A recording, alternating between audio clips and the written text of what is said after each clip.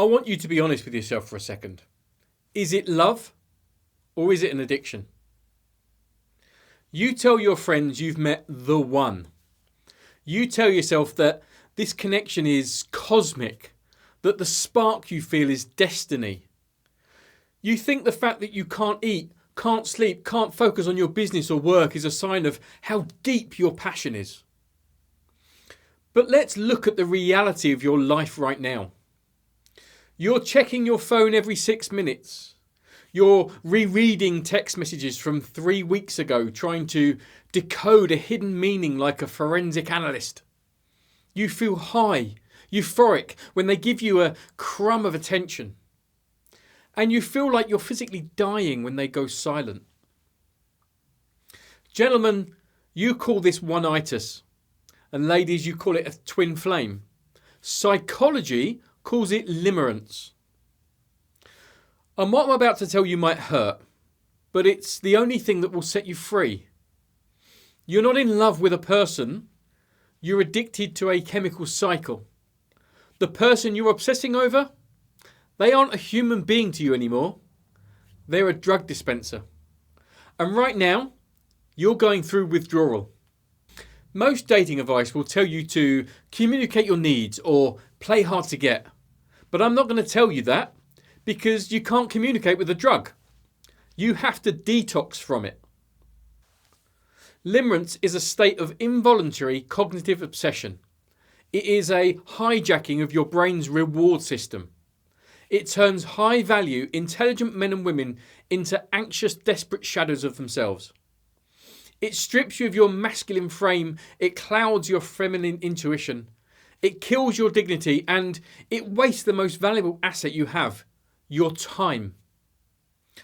So in this video, I'm not just going to explain what is happening to you, I'm going to give you the full clinical protocol, a specific step-by-step roadmap to kill this obsession, reclaim your sovereignty, and get your life back.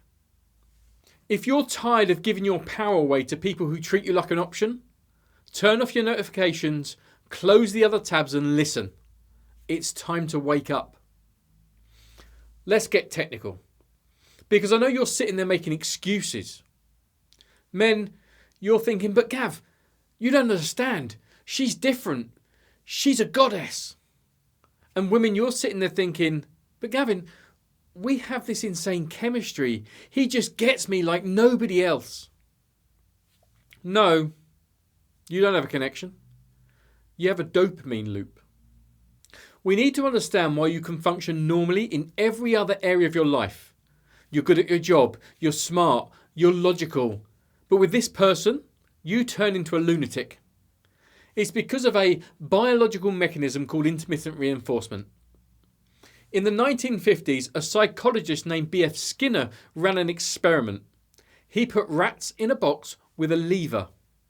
So in scenario A, the rat pushes the lever and it gets a food pellet. Every single time. Result. The rat pushes it when it's hungry, eats and goes to sleep. It's bored, it knows the outcome. In scenario B, the rat pushes the lever and it gets food sometimes, randomly. Maybe the third time, maybe the 10th, maybe the 100th. But do you know what happened? The rat didn't sleep. It didn't groom itself. It pushed that lever thousands of times an hour until it collapsed from exhaustion. You're the rat. And your situationship is the Skinner box. They're mixed signals, that hot-cold behaviour, the ghosting, the breadcrumbing. You think that's complexity. You think that's mystery. No. That is a variable reward schedule. When you are staring at your phone waiting for that text, your brain isn't just releasing dopamine when you get it. It's releasing dopamine at the anticipation of it. This creates what neuroscientists call a reward prediction error. Your brain is trying to solve the puzzle. Does she like me? Does he want a relationship? The uncertainty keeps your dopamine spiking at 100% capacity. You are literally hooked on the anxiety. The anxiety isn't getting in the way of your attraction. The anxiety is the attraction. And it gets worse. When you're in this state, your brain chemistry changes fundamentally. Your dopamine, the seeking and craving molecule, is sky high. But your serotonin, the molecule of calm, satisfaction and regulation, hits the floor. Low serotonin is exactly what we see in the brains of patients with OCD, obsessive compulsive disorder. This is why you cannot stop thinking about them. It's intrusive. You're trying to work and their face pops up into your head. You're trying to sleep and you're replaying a conversation from 2019. Your brain has lost the brakes. The inhibitory control mechanisms in your prefrontal cortex, the part of you that is logical and rational, has been overridden by the limbic system, the primal emotional brain. So stop beating yourself up for being weak. You aren't weak. You are clinically dysregulated. But now that you know the machine is broken, we can fix it. Now, I'm going to say something that might actually make a lot of you angry. And that's good, right? Anger is better than despair. Anger is energy we can use. We like to tell ourselves a very romantic story about limerence. We say, I just love so deeply. I'm a hopeless romantic. I'm fighting for us. I see the potential in him or her. I'm going to flip that frame. Limerence is not selfless love. Limerence is actually similar to narcissism. Now, I know that might sting, but hear me out. When you are limerent, you're not actually seeing the other person. You don't see them as a separate human being with their own desires, their own flaws, their own agency. You're seeing a projection. You have created a fantasy version of them, what Dorothy Tennov called the limerent object. You are projecting it onto a real human being who probably can't support it. This is called crystallization. You're taking a regular person and your brain polishes them into a diamond. You ignore the fact that they are selfish or lazy or emotionally unavailable. You delete the red flags and highlight the green ones. Why is this similar to a narcissist? Because you are using them to regulate your anxiety. You are using them to fill your void. You are using them to distract yourself from your lack of purpose. Think about it. If they say, I'm not interested or I don't want a relationship, and you keep chasing, are you respecting them? No. You are disregarding their stated boundary because your need for a fix is more important than their reality. That is not love. That is objectification. You're trying to consume them to make yourself whole. Healthy love is other referential. It asks, does this connection serve both of us? Or do I respect who they actually are? Limerence, however, is self-referential. It asks, why didn't they text me? What does this mean for me? How can I get them to validate me so I can stop feeling this pain? For the men watching this, we call this the nice guy syndrome or covert contracts. You think, if I'm nice enough to her, if I listen to her problems, if I support her when that bad boy hurts her, then she owes me love. And when she doesn't give it to you, you get resentful. You get bitter. That wasn't kindness. That was a transaction. You were trying to buy desire with compliance. And for the ladies watching, we call this the saviour complex or the cool girl trap. You think, if I just cook for him, if I don't nag him, if I act like I don't have needs, he'll realise I'm wifey material and change. Or you think you can fix him. You think your love is powerful enough to heal his childhood trauma. That isn't love. That's ego. You're trying to earn your worth by proving how much pain you can endure for him. And it never works. Women are not attracted to fans, and men are not attracted to doormats. When you have one-itis or limerence, you put them on a pedestal. And guess what happens? When you put someone on a pedestal, they have no choice but to look down on you. Your obsession signals scarcity mindset. It screams, I don't think I can do better than you. And there is nothing, and I mean nothing, that kills attraction faster than the stench of desperation. So, if you want to heal, you have to admit the ugly truth. You aren't a victim of their beauty or their charm. You are a victim of your own emptiness. Okay, we know what it is, addiction. We know why we have it, the internal void. Now, how do we kill it? You cannot think your way out of limerence. You cannot logic your way out of a dopamine addiction. You have to behave your way out. I'm going to give you a 3-phase protocol. This is non-negotiable. If you follow this, you'll break the loop. If you dabble, if you negotiate, you'll relapse. So phase 1 is called the starvation method. Limerence lives on neural pathways. Think of these pathways like a muscle. Every time you check their Instagram, you are flexing that muscle. Every time you read a text, you're feeding the beast. To kill the attraction, we must starve the neural pathway until it atrophies. This means radical no contact.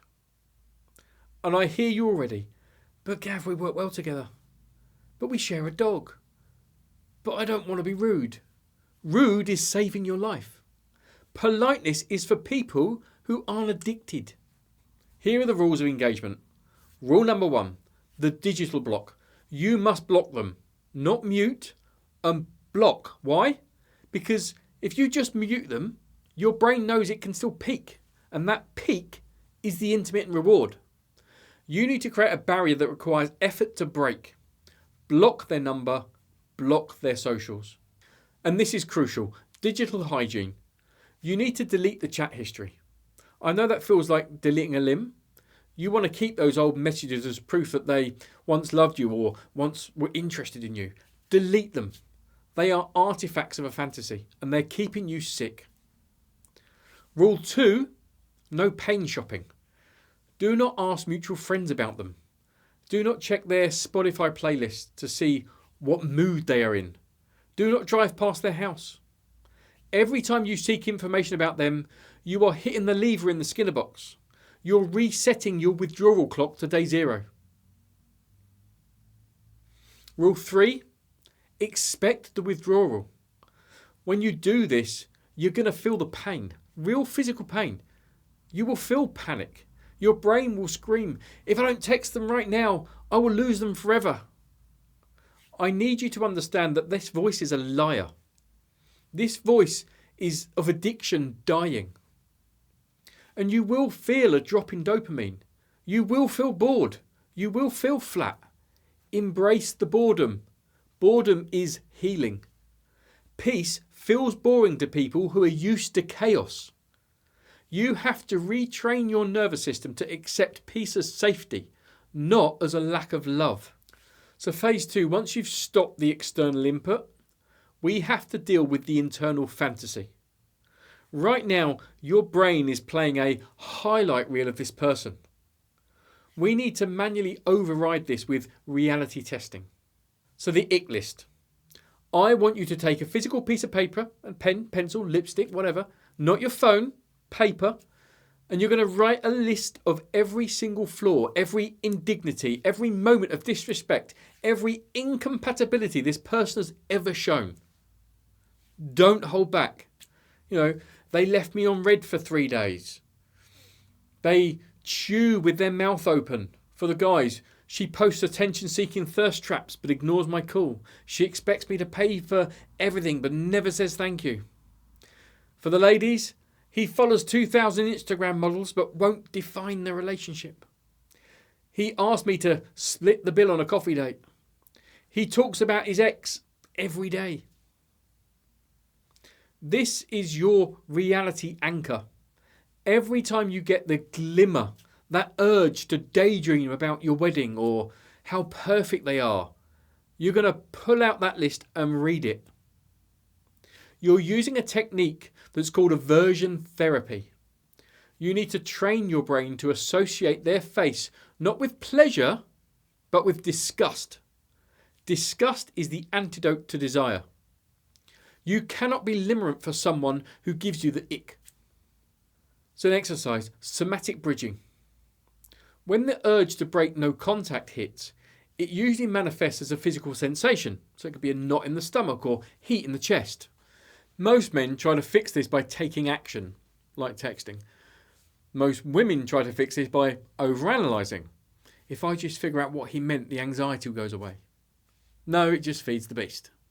Instead, I want you to do this. So put your phone in another room, sit down and locate the feeling in your body. Where is it? Say to yourself, I am willing to feel this anxiety. I am safe. This is just a chemical wave. And breathe into it. So box breathing. In for 4, hold for 4 and out for 4. You are teaching your nervous system, I can feel this anxiety and I will not die. I do not need them to soothe me. I can soothe myself. This is the definition of becoming a secure adult. So once you starve the beast and break the fantasy, you will be left with a void. And this is where the magic happens. Limerence is actually a map. It points to your shadow. In Jungian psychology, the shadow isn't just the bad stuff. It's the golden shadow, the parts of your potential that you have repressed or disowned. We often fall in limerence with people who represent the qualities we wish we had. So ask yourself, what does this person represent to me? Are you obsessed with their confidence? Perhaps that's because you're suppressing your own boldness. Are you obsessed with their freedom or their wild side? This could be because you're trapped in your safe, boring life. Are you obsessed with their status or popularity? Maybe this is because you feel unworthy or unseen. You are projecting your own power onto them. You're trying to possess them to get these traits by osmosis. And here's the cure. Stop chasing them. Become them. If you admire their fitness, then go to the gym. If you admire their social life, go out and make friends. If you admire their ambition, build your business, work on your career. Limerence is high energy, is nuclear fuel. And right now, you're pouring that fuel into a black hole, a person who doesn't want you. Imagine if you took that 100% focus, that relentless drive and poured it into your own mission. You'd be unstoppable. This is the final shift. You move from consumer, trying to consume them for happiness, to creator, creating the life you thought they would give you. Limerence is a thief. It steals your time, it steals your dignity, it steals your peace. But the worst thing it steals is your agency. It turns you into a passenger in your own life, waiting for someone else to drive the car. But it's also a teacher, because it has shown you exactly where your wounds are. It has shown you exactly where you have abandoned yourself. The person you are obsessing over was never the destination. They were just a signpost. They were showing you what you need to build in yourself. So let them go. Not because they don't deserve you, though they probably don't, but because you deserve to be free. It's time to stop looking for a saviour and look in the mirror.